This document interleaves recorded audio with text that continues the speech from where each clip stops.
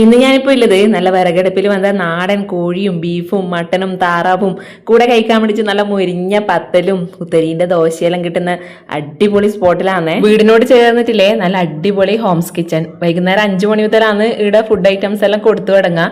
രാത്രി 12 മണി വരെ കാണും. അപ്പൊ ലൊക്കേഷൻ വരുന്നത് എവിടെയാന്ന് പറഞ്ഞിട്ടല്ല, വേറെ എവിടെയല്ല, നമ്മളെ തൃക്കരിപ്പൂര് എടാട്ടുമ്മലാന്നേ. രാജേഷ് ഏട്ടനും ഭാര്യ പ്രിയങ്കയും കൂടി ചേർന്ന് നടത്തുന്ന നല്ല അടിപൊളി ഹോംസ് കിച്ചൺ. രാജേഷ് ഏട്ടന്റെ തട്ടുകടാന്ന് ചോദിച്ചു കഴിഞ്ഞാല് ആരും പറഞ്ഞുതരും.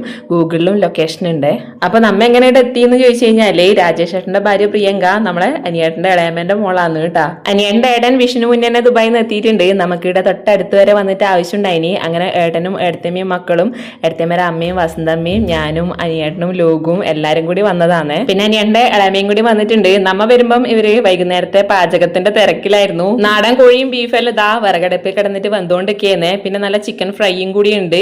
ഇന്നത്തെ സ്പെഷ്യല് നാടൻ കോഴിയും ബീഫും ചിക്കൻ ഫ്രൈയും പിന്നെ നല്ല മുരിഞ്ഞ പത്തലും കുത്തരീന്റെ ദോശയും ആണ് കേട്ടാ. ഇത് ഇന്നലത്തെ മെനു ആണ് കേട്ടാ. മെനു ഓരോരോ ദിവസം മാറി മാറി വരും. നാടൻ കോഴി എല്ലാ ദിവസവും ഉണ്ടാവും. ആവി ചിക്കൻ അതൊരു സ്പെഷ്യൽ ആയിട്ട് തോന്നിയിട്ടാ. തിങ്കളാഴ്ച അവധിയാണ്. ആരെങ്കിലും വരണം എന്ന് ആഗ്രഹിക്കുന്നുണ്ടെങ്കിൽ ഫോൺ നമ്പറിലേക്ക് വിളിച്ചിട്ട് വരണേ. പിന്നെ നമുക്ക് നല്ല വിറകടുപ്പിൽ വന്ന നാടൻ കോഴി ടേസ്റ്റ് നോക്കാൻ വേണ്ടി തന്നിട്ടുണ്ടായിന്. ഇതും ബീഫെല്ലാം ഇനിയും വിറകടുപ്പ് കിടന്ന് വെന്ത് വരാനുണ്ട് അത്രേ. കാണുമ്പോ തന്നെ വായിൽ വെള്ളം പൊട്ടി. നല്ല ചൂട് ആണ് കേട്ടാ.